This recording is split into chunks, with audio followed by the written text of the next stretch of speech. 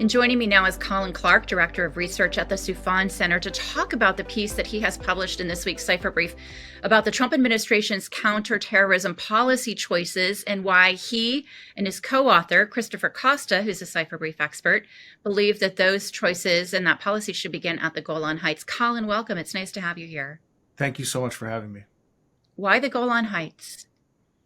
Well, and I have to give credit to Chris Costa here because I think he initially came to me with the idea to write this piece, and he had this analogy and talked about being up there, kind of looking down from this area and having this vast viewpoint beyond kind of like the narrow viewpoint we typically think about in CT, and the analogy kind of just mushroomed from there of this is a place where we can actually see this broader landscape, not only the counterterrorism challenges, but also the challenges that face us when we talk about this concept of great power competition, which I think has been often confused. I think, in U.S. policy, we've often treated counterterrorism and great power competition as two separately distinct things, and that, if we're doing one, we can't do the other. But Chris and I actually see these as pretty inextricably linked, and for one to succeed, the other has to as well. There's kind of an enabling function there. Mm-hmm. It's a good point. And you make a really interesting case for this in the piece in the Cipher Brief. You also talk about something that's really on everyone's mind right now, which is this vacuum that could possibly be created in Syria because of the ouster of Bashar al-Assad, the new group that's taken charge, their ties to terrorist groups in the past. Tell us a little bit about your concerns there and how you see this likely playing out. Yeah, well, I have a number of concerns, I think, like many do. First, this is Hayat Tahrir al-Sham. It's formerly Al-Qaeda in Syria. So I know, there's a lot of fanfare around, Jilani, Abu Muhammad al-Jilani, or now Ahmed al-Shar as he goes by, and he's receiving diplomats from all over the world. I would just urge a little bit of caution and say, what if the former leader of Al-Qaeda in Syria doesn't turn out to be Thomas Jefferson?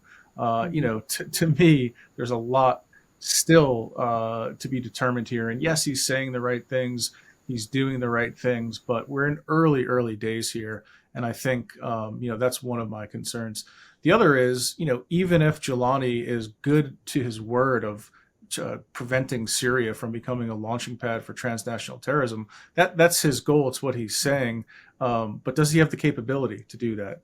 I question whether HTS or whatever the new Syrian government looks like has the propensity to establish a monopoly on the use of force over all of Syria's territory. We know ISIS still operates there. The Kurds are in the northeast. There's going to be factions that likely break off of HTS because they don't want to govern. There's still some pretty hardline jihadists in that group, including Uyghur militants. So, we're just in such nascent stages of what's likely to happen next. I'm just saying, look, and I'm rooting for Syria to remain stable, but I'm also saying let's proceed with caution. And I do see quite a few parallels to Afghanistan.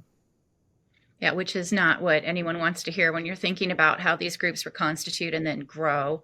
Let's get back to the idea that you kind of flesh out here in the Golan Heights again for just a moment.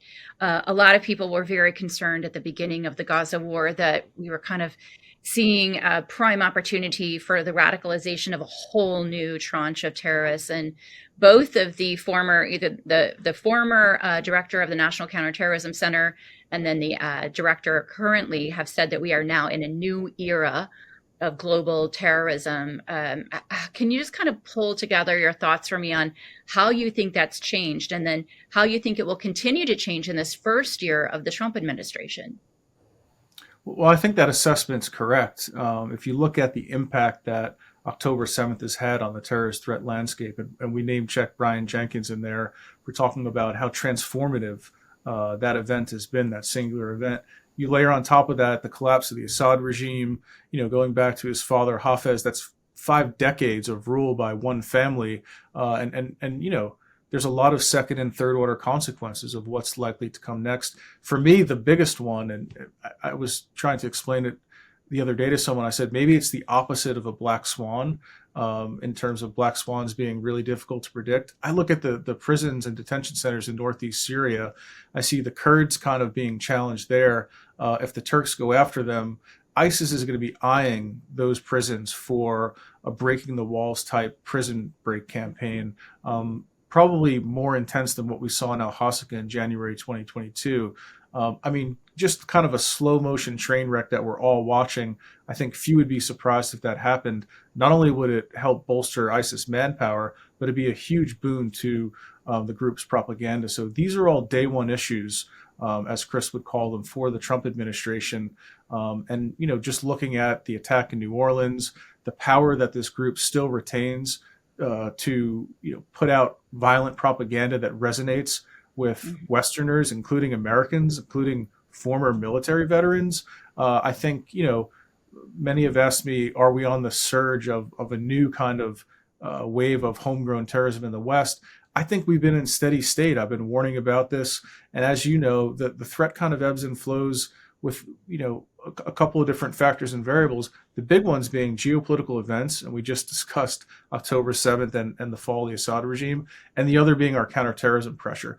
Do we keep pressure on these groups, or do we take our foot off the gas? Do we get distracted by Russia and Ukraine, the rise of China, all these other issues that, you know, demand attention and bandwidth? I'm just concerned that we're going to lose focus on the counterterrorism issues. I think that's the fear of a lot of folks I've talked to in the CT field. Colin Clarke is Director of Research at the Soufan Center. I want to thank you for sharing some of your insights in this wonderful piece, once again, that you've written with your co-author, Christopher Costa, about the Trump administration's counterterrorism policy choices, and why the two of you believe they should begin at the Golan Heights. Thanks so much for being here. Thanks so much, Suzanne. Thanks to the Cipher Brief for featuring this.